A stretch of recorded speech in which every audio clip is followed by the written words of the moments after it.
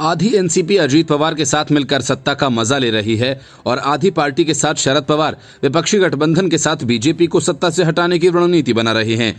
अजीत पवार कहते हैं कि एनसीपी में कोई टूट नहीं हुई। शरद पवार अजीत गुट के विधायकों और मंत्रियों के पक्ष में जाकर सभाएं कर रहे हैं। सुप्रिया सुले ने भी अजीत पवार गुट के खिलाफ तीखे बयान दिए थे, लेकिन अब अचानक उनके सुर बदल गए। सुप्रिया सुले ने अजीत पवार गुट को लेकर ऐसी बात कह दी है जिससे विपक्षी गठबंधन में फिर से खलबली मच गई है और फिर वही सवाल उठने लगे कि शरद पवार इस तरफ हैं या उस तरफ।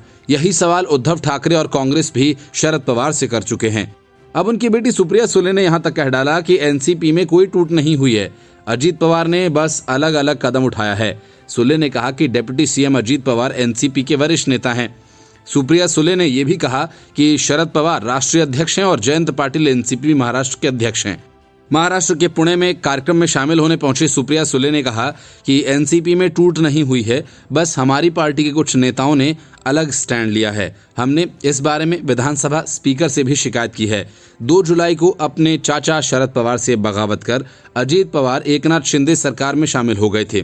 पवार ने डिप्टी सीएम पद की शपथ ली थी, जबकि उनके साथ 8 और विधायकों ने मंत्री पद की शपथ ली थी। इस मामले में दोनों गुटों ने चुनाव आयोग का भी रुख किया है। इस दौरान उन्होंने दावा किया था कि एनसीपी के 40 विधायकों का समर्थन उनके पास है। पार्टी को तोड़ने के बाद अजीत पवार अपने चाचा से 4 बार मुलाकात भी कर चुके हैं। एनसीपी के सहयोगियों का कहना है कि दोनों गुटों के बीच पूर्ण विराम नहीं हुआ है।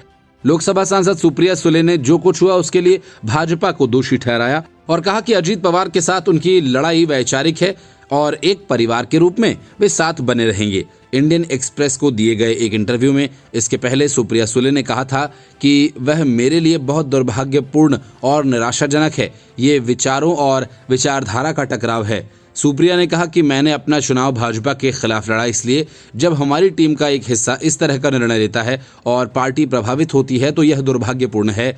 यह एक भावनात्मक विभाजन है। आखिरकार राजनीति में नीतियों और विचारधाराओं के बारे में ही है। ये कोई व्यावसायिक लेन देन नहीं है कि मुझे यहाँ नौकरी करना और वहाँ जाना पसंद नहीं है। यही बात हमें उनसे अलग करती है।